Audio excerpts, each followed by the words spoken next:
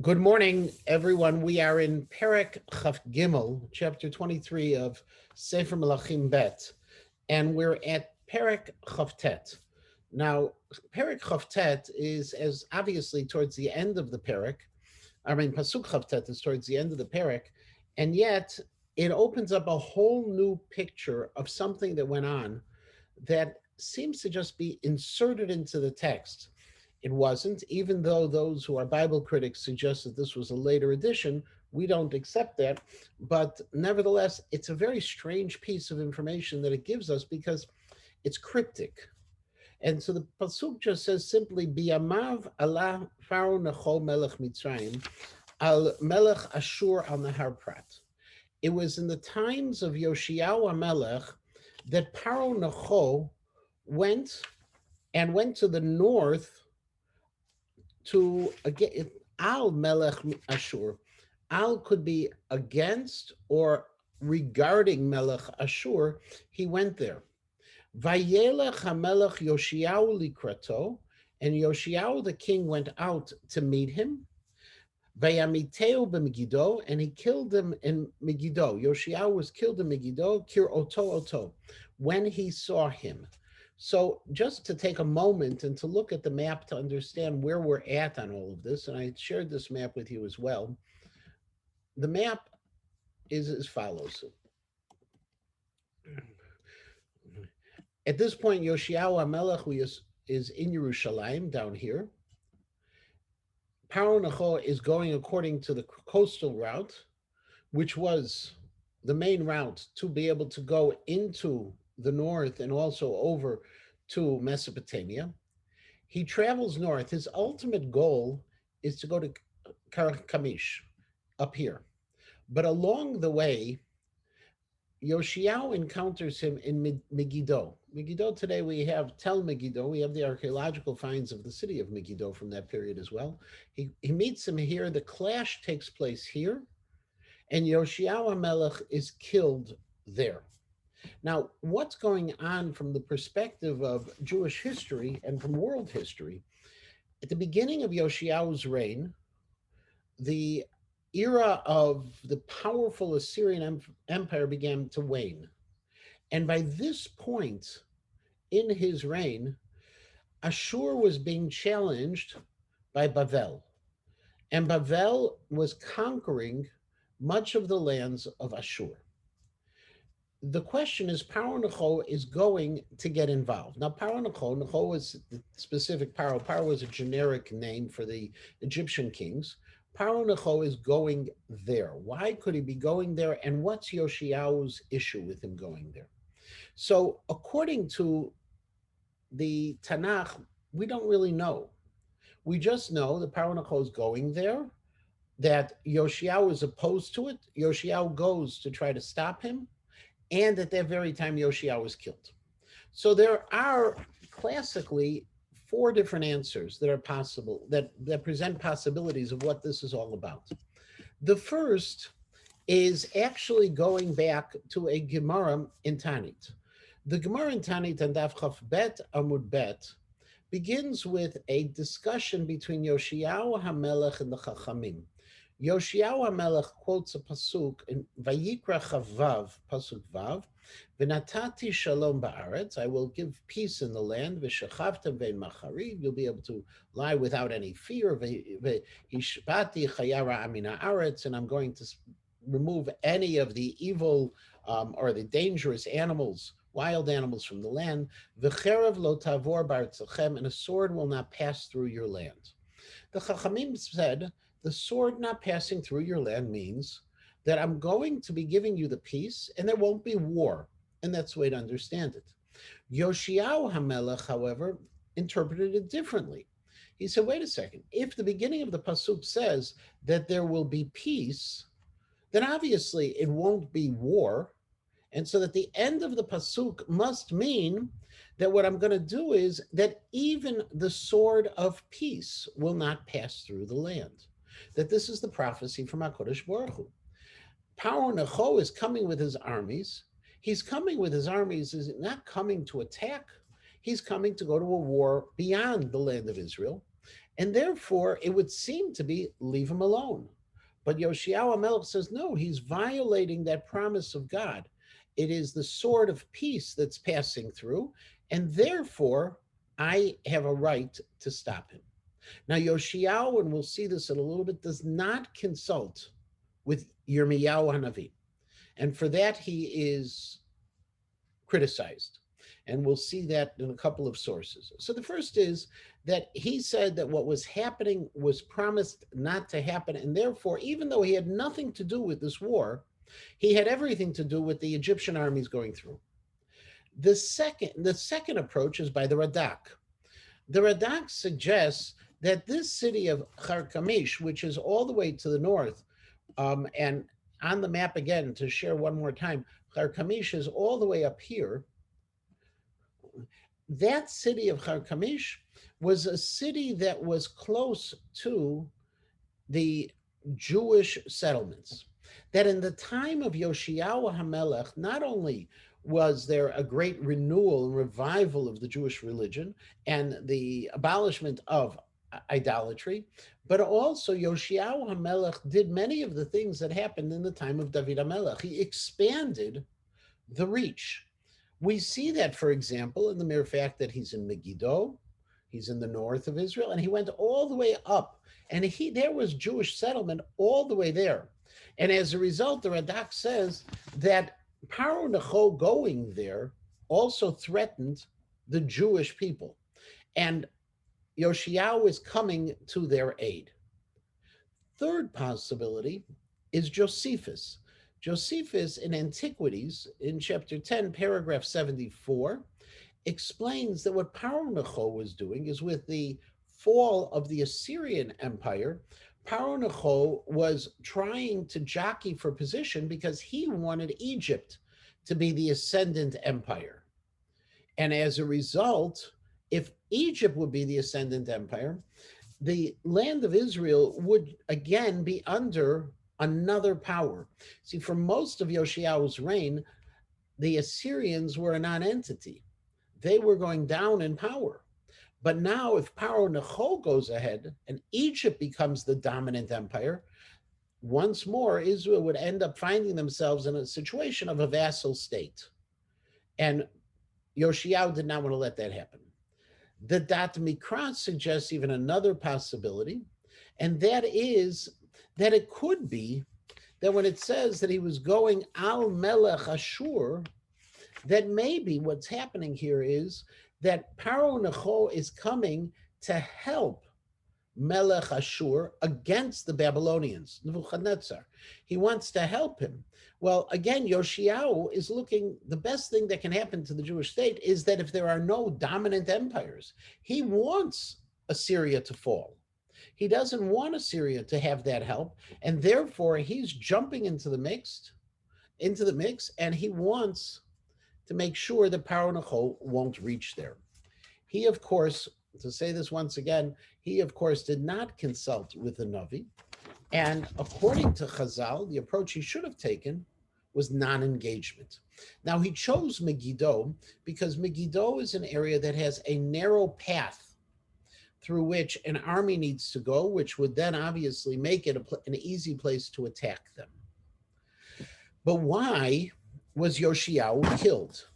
What's the reasoning behind this from a theological perspective?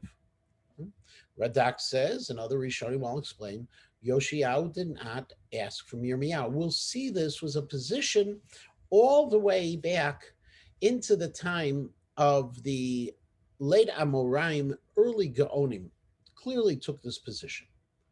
The other pieces, the Medrash on Eicha also says that part of it was Yoshiyahu was killed because he didn't realize that despite the fact that he was so good, his generation was not that good. That he eradicated Avodah Zarah, but it was a short-lived eradication. And so when the time comes for him to go to war, he doesn't have the zchuyot, he doesn't have the merits that would necessarily protect him. That's step one. Step two in the next pasuk, Vayarkivuhu avadav meit Megiddo, and his servants transported him, his body, from Megiddo, Vayiviuhu Yerushalayim, and they brought him back to Jerusalem. Vayikberu b'kfurato, and they buried him in his burial place. In other words, he was buried among the other Melachim. Vayikach Am Haaretz et Yoachaz ben Yoshiyahu, and the Am Haaretz took Yoachaz, who was the son of Yoshiyahu, Vayimshechu oto, Vayamlichu oto tachav aviv, and they anointed him and they placed him in position of king. They put him in as the king in place of his father. Now, this last part, and Yafa, give me one moment. The last part we're going to deal with a little bit later, because you'll notice right away at the end of the pasuk, we have the Am Haaretz reemerging. We've talked about them. We have the idea of anointing, which doesn't take place with Malchut Beit David. You don't have to anoint the successor king when you're dealing with the Davidic dynasty. And the third piece of it all is why specifically Yoachaz, which plays into the other two. Yeah, Yafa. Sorry. Yeah. So I could be remembering this incorrectly, but on Tisha B'Av, do we not recite a kina in which Yoshiyahu, in his last word, says, "I was wrong, Tzadik Hashem ani chatati," something like that? I can't remember exactly the words. You're 100% correct. It is the kina we're going to spend most of the time today on. So then how do you, so you're going to reconcile that? We'll deal with it. Yeah, okay. We'll deal with that kina. That kina is a fascinating kina. I've never taught a kina before, but we'll look at the kina, and I sent you some sources on that as well to help out for today. So we have the story. The story is Yoshiyahu was killed. We have 4 different theories of why he went to war. We have a couple of different reasons why he died in that war. And we know he's buried in Yerushalayim. But what we don't have is the whole picture. So to get the rest of the picture, or at least another important piece of the picture, we need to turn to Divrei Hayamim. And Divrei Hayamim, starting with Pasuk Chaf, which is on the screen now, hopefully you can read it. It says, Achrei chol zot, after all of these things, those things being the finding of the Sefer Torah, which was opened according to many to the Tochacha, after the extraordinary Pesach that was observed by all of the Jewish people who remained in Eretz Yisrael, both north and south. After all of that, Asher Echin Yoshiyahu et habayit, and after the repair of the Beit HaMikdash, Ala Necho Melech Mitzrayim lilachem b'char Kemish. So Para Necho went up, and he was planning on battling in Kar Kemish, Al Prat, which was along the Euphrates River. Vayetze likrato Yoshiyahu, and Yoshiyahu went out against him. Vayishlach elav malachim, pasuk chaf aleph, and Paro Necho sent messengers to Yoshiyahu saying, Lemor, ma li velach melech Yudah. What do we have to do with one another, O king of Judah? Lo alecha atayom ki el beit milchamti. I'm not going against you today. I'm not coming to battle you.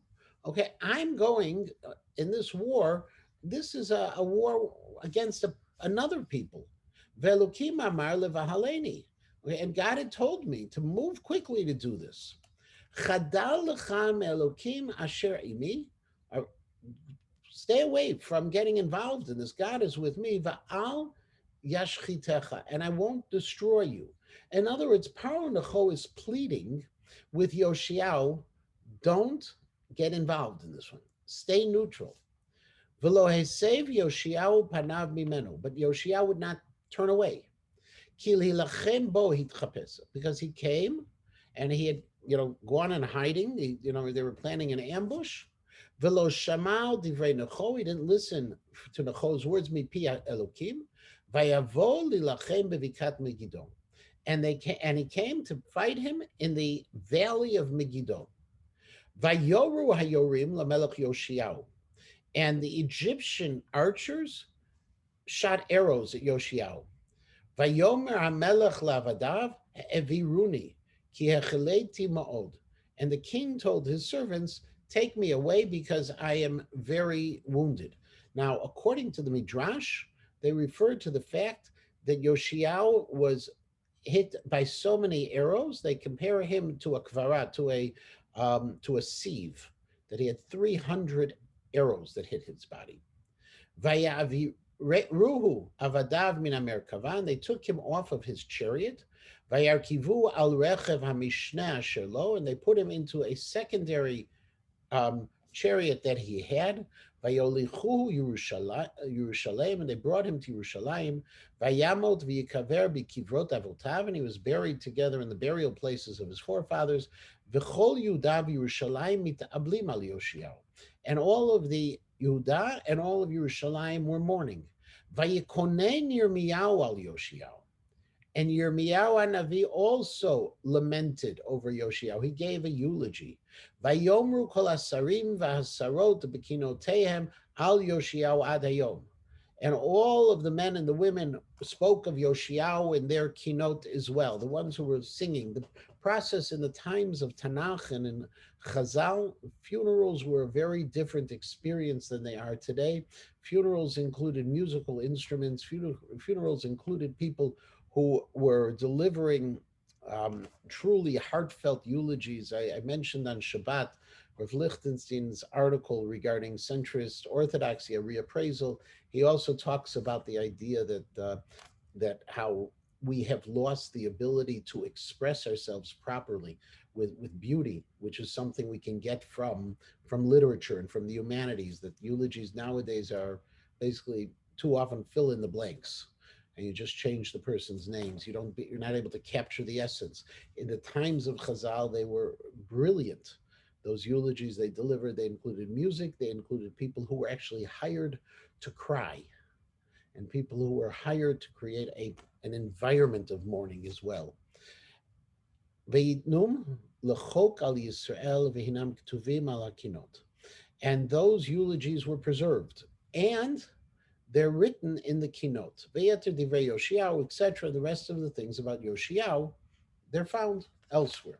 Now, this idea, or they're found within the kinot. What is the kinot? So traditionally, the Midrash says that this is referring to Eicha, which is also the Kinah, that the fourth parak of Eicha was actually composed by Yirmiyahu Navi as a Kinah, as a lament over the death of Yoshiyahu itself. And that is the Kinah that it's referring to. And in fact, in that Kinah that it's referring to, you see references that when you learn it, you can see where the references are to Yoshiyahu HaMelech. They're not simple to find. It doesn't mention his name whatsoever. It refers to him as the gold and the glory and things like that. But once you understand where the Midrash is coming from. However, what also happened was in the time of Eliezer HaKalir, who was the great poet that is in the time already, we use most of or many of he is the primary author of the kinot that we have on Tisha B'Av, for example. And so in his kinot, he went ahead and let me get to the right page for a moment, and hopefully I can bring it up the right way. Give me a moment, I'm sorry. And in his kinot, the 11th kinam is V'yikonen Yirmiyahu al Yoshiyahu, that Yirmiyahu lamented for Yoshiyahu. And this kinah is a hesped for Yoshiyahu HaMelech. And Eliezer HaKalir, what he did was, he picked up on the fourth chapter of Eicha, so that every line of this kinah is not only alphabetical, that's the nature of it, okay, and in fact, we even talk about the alphabetical nature of that fourth parak. So if you see in the English, you can see how Koren has chosen in there to highlight, the Aleph, Bet, Gimel for each one of the lines. But he also, Kalir went and he chose the very first word from every pasuk in Perek Daled of Eicha to be the first word of each line in his kinah.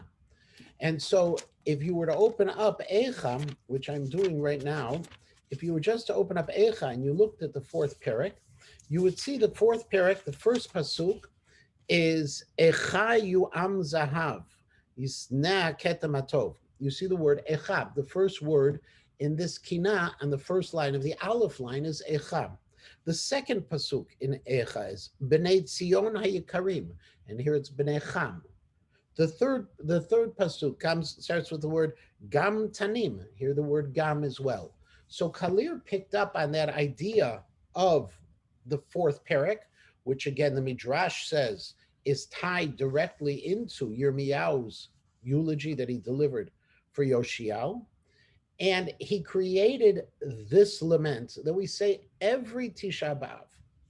I sent last night to you not only what I have on the screen now, but also a copy of the Kinah as explained by Daniel Goldschmidt, who was one of the great scholars of Sidur, Piyut, Kinot, of all of this literature, of the poetic literature.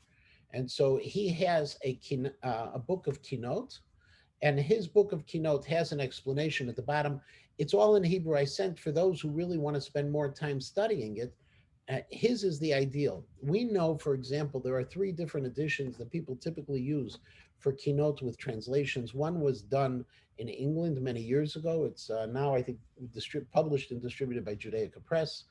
There is one that was done by ArtScroll, and there was one which was done more recently by Koren. The Koren edition, the translation was by Rabbi Tzvi Hirsch Weinreb of the Keynotes. And Rabbi Weinreb's translation is following Goldschmidt.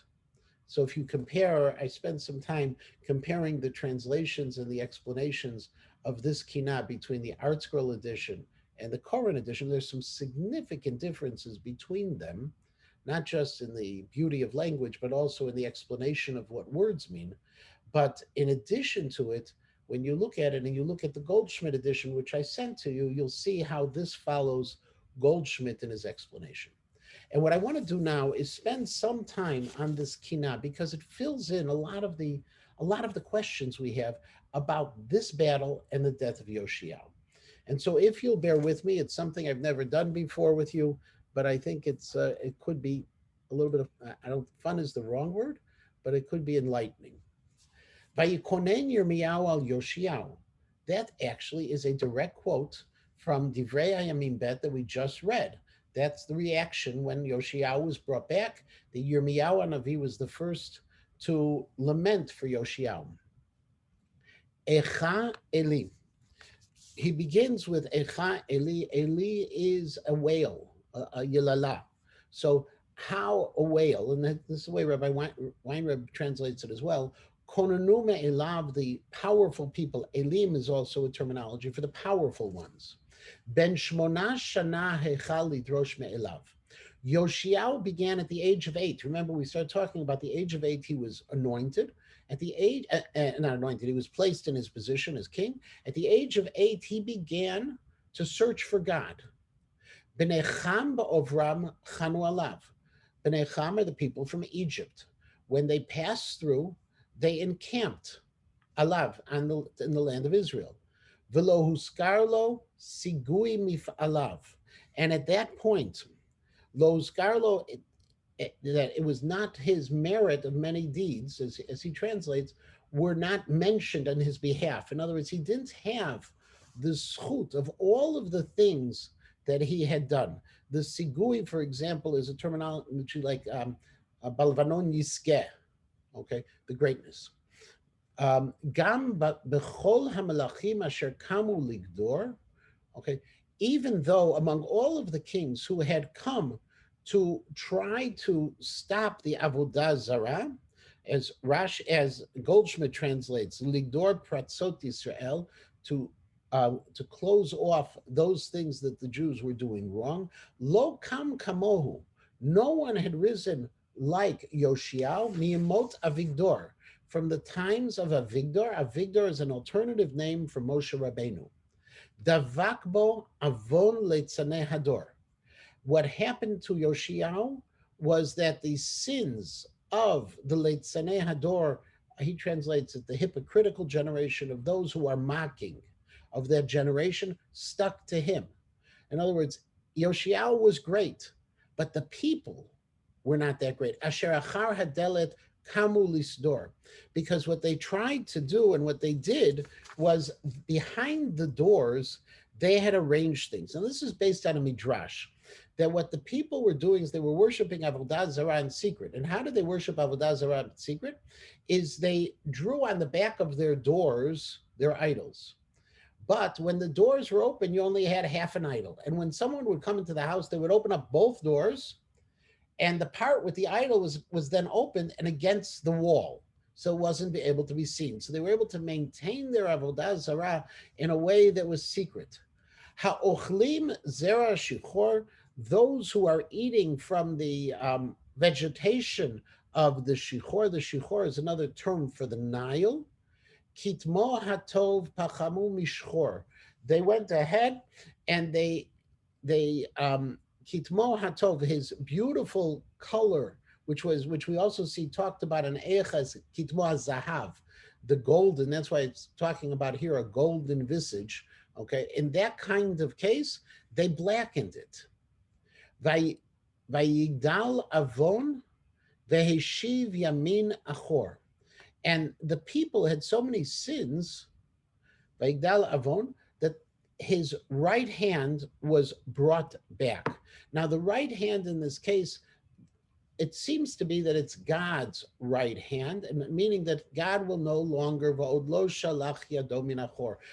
will no longer bring out his hand from the pit to be able to save the people, or from the hole, from the opening would probably be a better way to say it. God is not going to save them anymore. Zaku Amarav, okay, what he said were zach, were pure. His intention, kinam dat lahakim, he really wanted to bring up the words the of Hakadosh Baruch Hu, as Goldschmidt explains, based on a midrash. It says, "Im yesh lecha zchut tikach imri." Okay, go ahead and take it if you have that zchut. Bitza emrato ba'arur asher lo yakim. However, he, at the point of he tore his clothing. In other words, he tore kriya, the imraz, the fancy garment. Okay, when he read the words Ba'arur Asher Lo Yakim, this is referring to the time when they found the Sefer Torah. They opened up the Sefer Torah, and it was open to the Tochacha itself. Chashach Ta'aro Kini Atzu Rechokim. His face became dark. Okay, as the when he was threatened by those who had been far away, the Egyptians, in other words, came into his territory. When at that point, because of the sin of all of those who had despised the religion and the laws, Tovim Re'im Nikra'u Kishalcho Malach, the king of Egypt could have been someone on his side, could have been a friend, when he sent a messenger, Mali Velach Hayom Litalach, where he told him, "What are you fighting with me today for?" Litalach, in this case, Talach, why are you bothering yourself? Why are you getting involved? Tla'ah, it comes from the word tla'ah. Yidei am haaretz damim b'malach. Why do you want to go ahead and cause so much spilling of blood? Okay, why do you want to give them that? Why do you want to make them kill you, in essence? Te'anesh b'vitz'i et pnei filach. You're going to, why would you want to have the sin for trying to stop me from going against the word of God, against Ashur? Kila Hamonai, ultimately, Yoshiao caused many to be destroyed. Lalechet Aram Naharaim. Okay, regarding, so that no one would go to Aram Naharaim, Laman Lo Tavor Cherev Kolshu Befraim, so that no sword, remember this is a reference to the Gemara, we don't want to have a sword even of Shalom, a Cherev Kolshu, any kind of sword, should go through Ephraim, should go through the north. Megiddo is in the north. Lo shama lechozeh.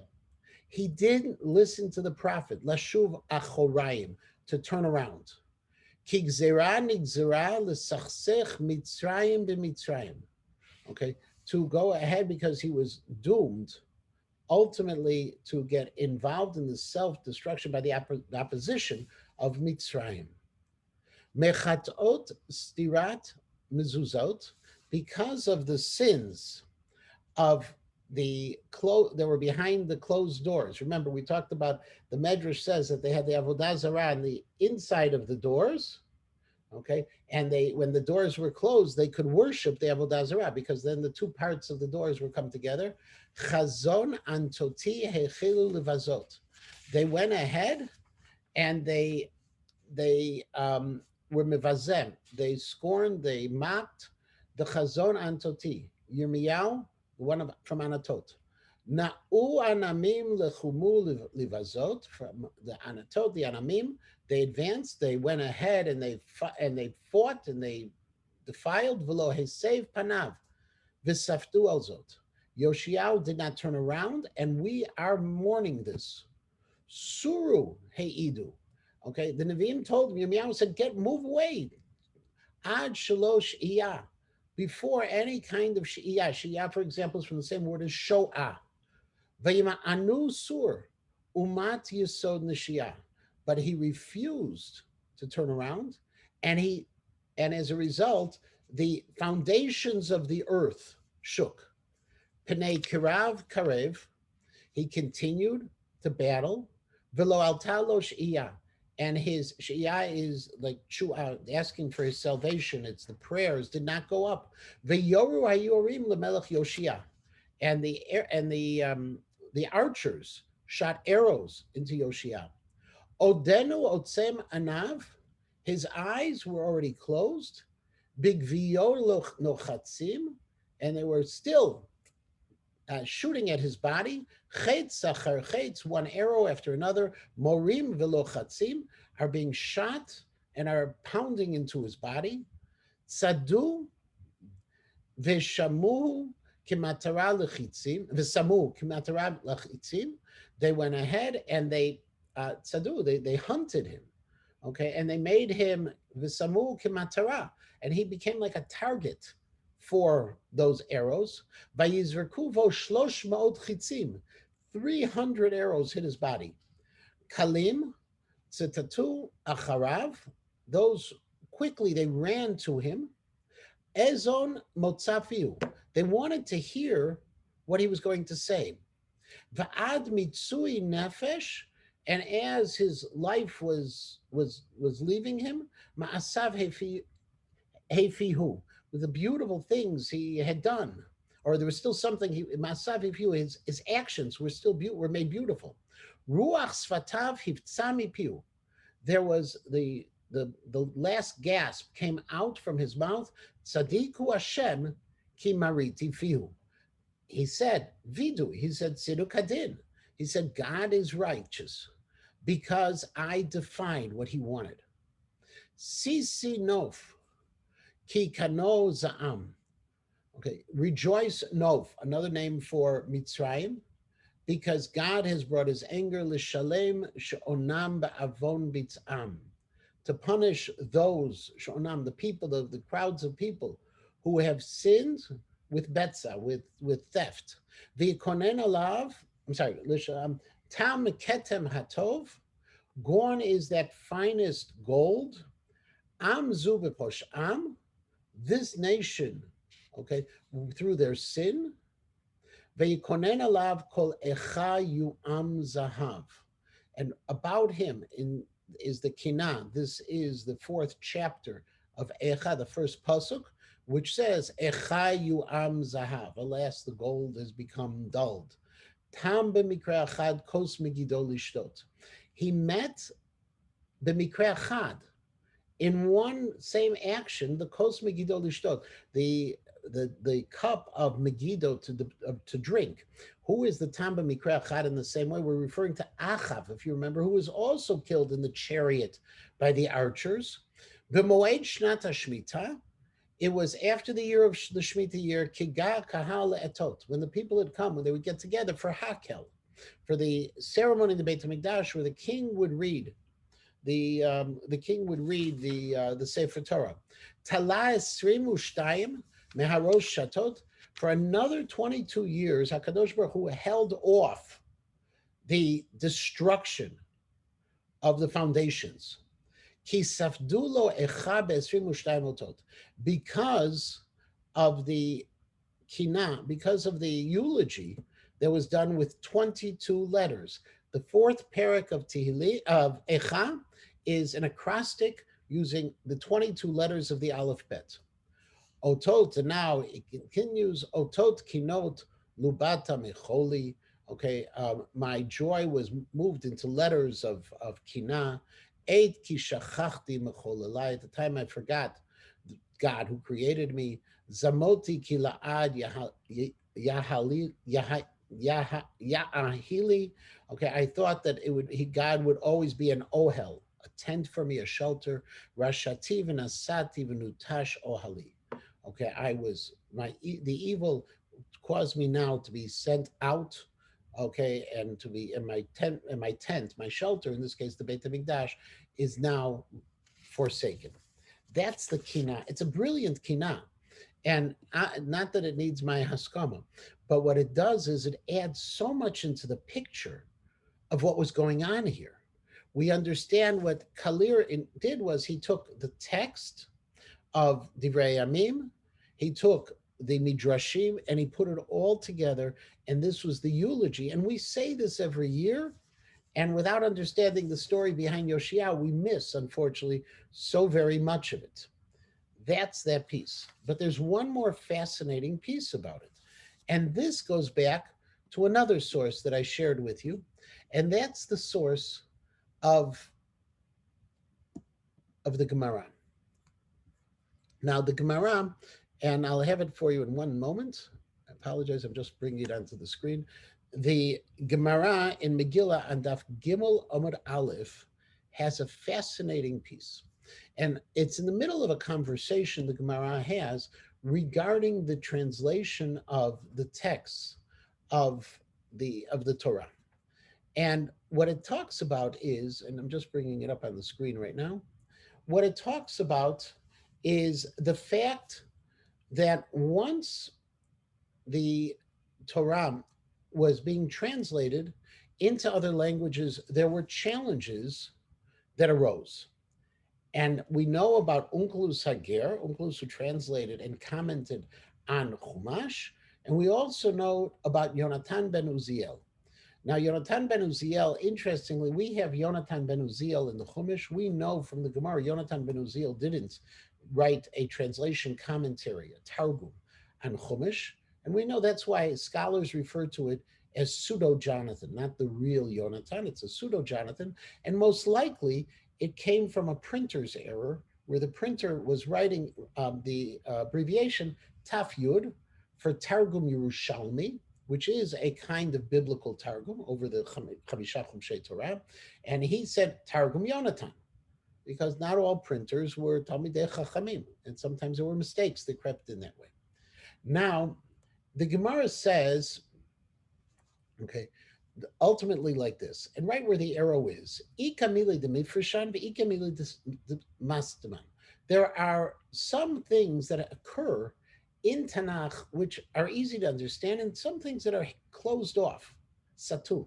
Dichtiv, and we're going to bring a proof, says the Gemara.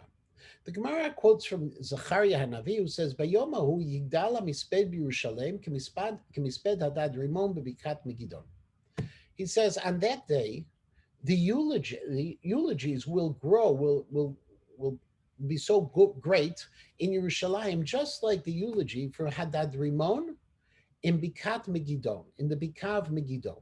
Now, if you remember from Divrei Yamim, we talked about Bikat Megiddo. That's where the battle between Yoshiyahu and Paranachot took place. Ve'amar Rav Yosef, and Rav Yosef said, Ilmale Tirguma Dahai Krab. If it wasn't for the fact that there was a Targum about this pasuk, Lo Yadana Mai Ka'amar, I wouldn't know what it's talking about, because the Hadad Rimon was not in Bikat Megiddo. It was Paro Necho, who was the Pharaoh from Egypt. It wasn't Hadad Rimon. So what's it talking about? So he quotes the Targum. My Ka'amar, what does it mean? Biyoma Hahu, on that day, Yaskem Mispada Yerushalem. The eulogies will be so great in Jerusalem. We are talking at the time of Armageddon. At the time of the Milchama of Gog and Magog, the deaths will be so many that the mourning will be such, Kemispada da Achav bar Omri, just like the eulogies recited over Achav, de Katel Yate Hadad Rimon, ben Tav Rimon beramot Gilad, who had been killed by Hadad Rimon in Ramot Gilad.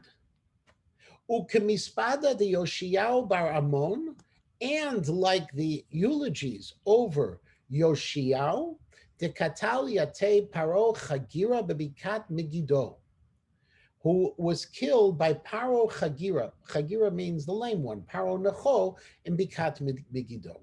In other words, the Misped is going, the Yigdal HaMisped, like at the time of Gog and Magog, as terrible as it was with the eulogies that took place both at the time of Achav and at the time of Yoshiao. Now, it's a very interesting juxtaposition of two kings, because you remember that Achav was an evil king. Even though we say he did tshuva at the end, he was an evil king. And Yoshiao was the most righteous of kings. But they're clumped together by this pasuk in Zechariah, by the Yigdal HaMisped.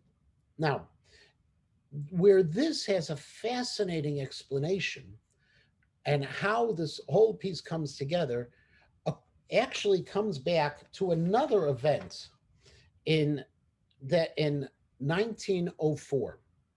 Now, on Chav Zayin Tammuz 1904, there was a gathering that took place in memory of Theodor Herzl. Theodor Herzl had died the week before. And there was, at that time, this desire, the need for people to eulogize, to create memorials for him. 2 months earlier, on Chavchet Iyar 1904, Rav Avram Yitzchak HaKohen Cook arrived in Yafo to become the chief rabbi. It's interesting. He arrived on what we call Yom Yerushalayim. Okay, and that's how I remember the date of his arrival. I know he arrived in that date.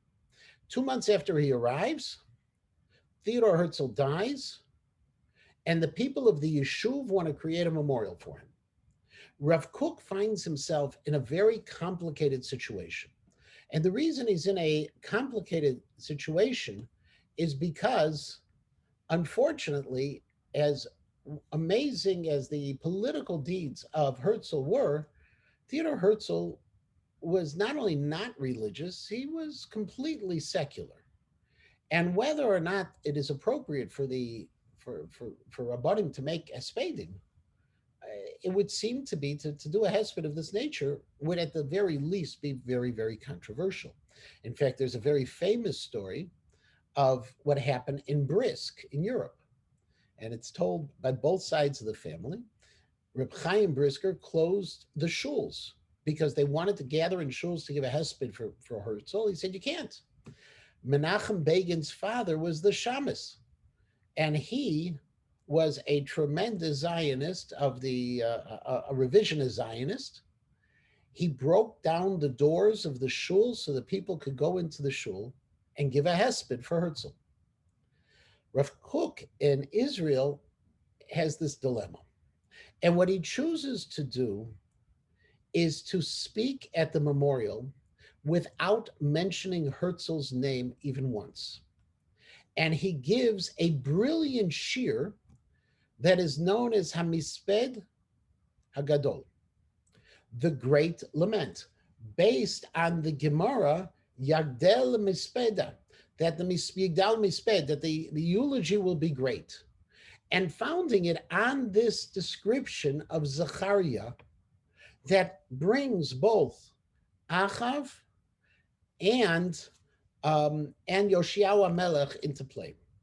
The theme of his entire of his lecture, even though it was given at a memorial, not mentioning a person means you're really not giving a hesped, but you are participating. The theme of it was very simply the two forms of Mashiach, Mashiach ben Yosef and Mashiach ben David, the political Mashiach and the religious Mashiach. And he used Achav and Yoshiao as the models of that. Now, unfortunately, and Rav Kook talks about this himself in a tshuva, that whenever a Rav decides to make an exception of some nature and gives all the reasons why he's making an exception, people always forget the reasons. And as a result, Rav Kook came under extraordinary criticism, even by his father in law, the Aderet, who was the number two in the Yeshuv Hayashan in Yerushalayim. He was the number two. He was a tremendous gadol. His father was as well, and he was tremendously criticized. Rav Kook was criticized for it to the same extent as Rav Kook, if you remember, was also criticized for speaking at the dedication of Hebrew University in Yerushalayim. Because again, Hebrew University, Rav Kook had conditions with them that they had agreed to in order for him to speak. Among them was what the Tanakh department at Hebrew University would be like, that it wouldn't include Bible criticism, which they violated immediately. And Rav Kook came under tremendous criticism for that, and he came under tremendous criticism for appearing here, even though later on in the Tachkemori school, he told them they should also observe. And there's a wonderful discussion. There is a book that came out not too long ago. Excuse me one second. Um, it is referred to as When God Becomes History. It's a series of its translations of Rav Kook's, of different essays of Rav Kook that have historical import to them. It was translated and edited. I think the translation, I'm pretty sure, is also by Betzalel Naor, who's a great contemporary scholar of Rav Kook's works. And so I just took the translation from him, even though the Hebrew is also available very easily, both in Rav Kook's writings, and also you can find it in a lot of different sources.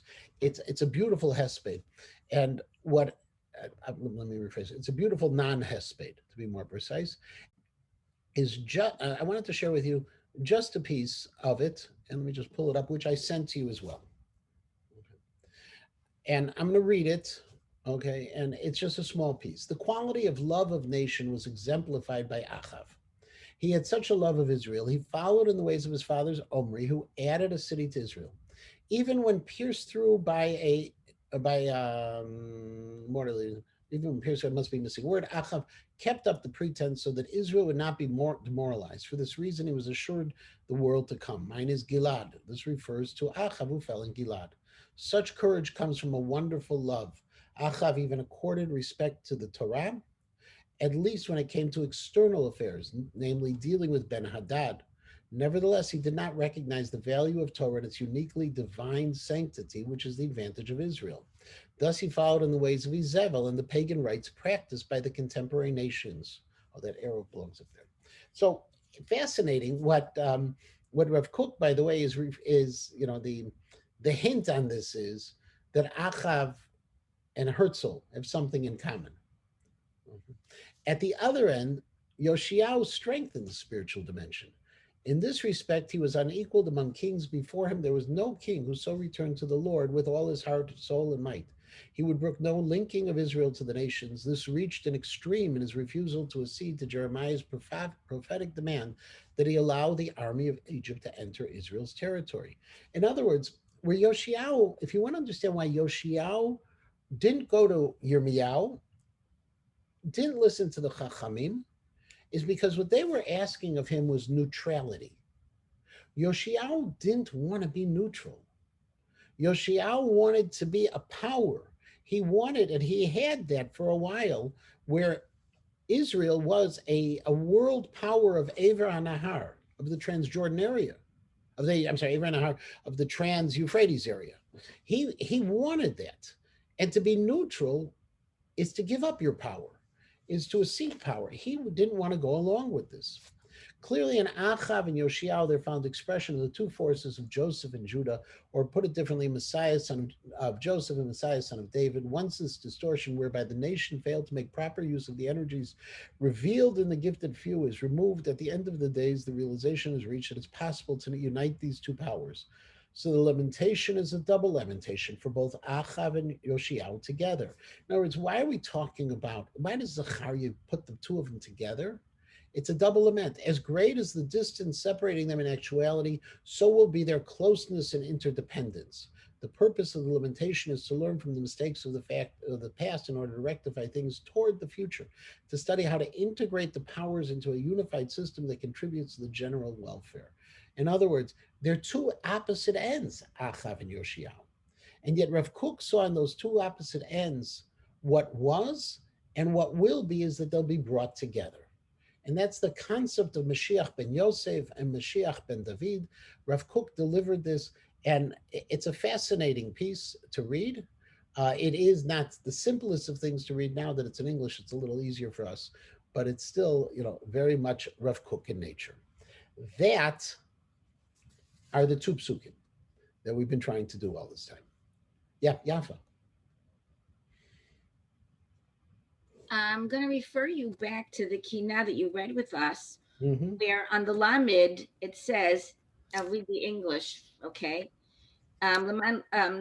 He he ignored Yirmiyahu's instructions not to oppose Egypt's passage, i.e., there was some sort of communication. Don't go there. Right. So that, according to one tradition, he didn't. He knew what Yirmiyahu was going to say, and he chose not to ask him for the psak. If he went to Yirmiyahu directly, he'd have to follow. If he doesn't go to Yirmiyahu, he doesn't have to follow. He knew the Chachamim opposed it. He was a minority opinion in this. What Rav Kook adds in is he try to understand why he's a minority opinion. What did he feel so strongly about this, and why did he oppose everyone? Is because he didn't want to be that neutral power. He wanted that to be the greatness of the Malachut Beit David. Just to move on a little bit further, there's only a few more psukim in the parak, and I think we can finish it this week. If you remember, that is the story of Yoshiao. Fascinating, the Kina. It's Kinot, unfortunately, even when we take time to say them, we don't take time to study them. And even though nowadays there is this, new approach of readings and these long descriptions of during the time of Kinot, they're not the same as had been, for example, in the time when Rav Soloveitchik would give his explanatory ones. That Rabbi Schachter, J.J. Schachter, actually has written a book, The Lord is Righteous in All of His Ways, which is a compilation of all of the notes he had taken over several years of Rav Soloveitchik's explanation, because Rav Soloveitchik really used the Kinot. He explained the Kinot, and he went, piece by piece to explain them, as opposed to, which is very meaningful on Tisha B'Av also, where some people, when they do the explanatory services, they'll take a phrase and then have, a bunch of other readings to go along with it. All of them are valuable, but we still don't spend the time really learning the Kinot. The end of Pasuk Lamed picks up on something that's important for us not to overlook. When Yoshiahu's successor is put into power, it says specifically, Vayikach Am Haaretz. Now, by saying Vayikach Am Haaretz, we now know part of the motivation of what was going on here. If you remember, the Am Haaretz were the people who were empowered in the time of Menashe and Ammon. They were the ones who initially had put Yoshiyahu in power. They were the ones who allowed for the Avodah Zarah to grow in Israel. They were a group of some form of leadership. We don't really know fully, but they went ahead and they took the next step and they put the next person in. Now, the next person they put in was not the rightful heir. There was an older brother who was 2 years older than him, but they felt that Yoachaz ben Yoshiyahu would be someone who would be able to follow what they wanted, a return to Avodah Zarah. They would be able to have that power over him, But since there was question as to whether of his legitimacy, therefore, Vayim Shechu, the Malbim says they had to anoint him because they needed some kind of ceremony to sanctify this action, to magnify this action beyond. And the Navi continues, Ben Esrim v'Shalosh Shana Yoachaz b'Malcho. Yoachaz is 23 years when he takes over. Shlosha Chodashim Malach Yerushalayim. He only ruled for 3 months. V'Shem imo Chamutal bat Yirmiyahu Melivna, and his mother's name was Chamutal. She was from Livna, not the Yirmiyahu Navi. Vayas Sarah b'nei Hashem k'chol asher asu avotam. He followed in the ways of his forefathers, of Menashe and Ammon. Well, of course he did. His power base were the Amorites. They picked him for this. Vayasrehu Paro Necho berivla be'eretz Chamat. But Paro Necho was now powerful. He came back from his battle. He captured this king in Rivla. Rivla, according to the Gemara in Sanhedrin, is Antiochia, is Antioch, which was in the north, and that's where he captured him. Mimloch Yerushalayim, and he took him away from being able to rule in Yerushalayim. Vayiten onesh al haaretz mea chikar kesef v'chikar zahav, and he penalized the people with a monetary fine. Vayamlech Paro Necho et Eliakim ben Yoshiyahu tachat Yoshiyahu aviv. And Paro Necho picks who he wants, which obviously means now Israel is a vassal state of Paro Necho. And not only did he pick Eliakim, Vayasev et Shmo Yehoyakim, he changed the king's name. When you change someone's name, you exert power over them. They become part of you. There is a parallel we know, for example, when Pharaoh in Egypt changed Yosef's name to Tzafnat Paneach. So we see that pharaohs did this, but this is a real change in power. Et Yoachaz lakach v'yavo Mitzrayim v'yamot sham, and he took the Yoachaz, the younger brother, brought him back to Egypt where he died. V'hakesef v'hazav natan Yoyakim leFaro, and there was that penalty, and Yoyakim went ahead and he paid the penalty. But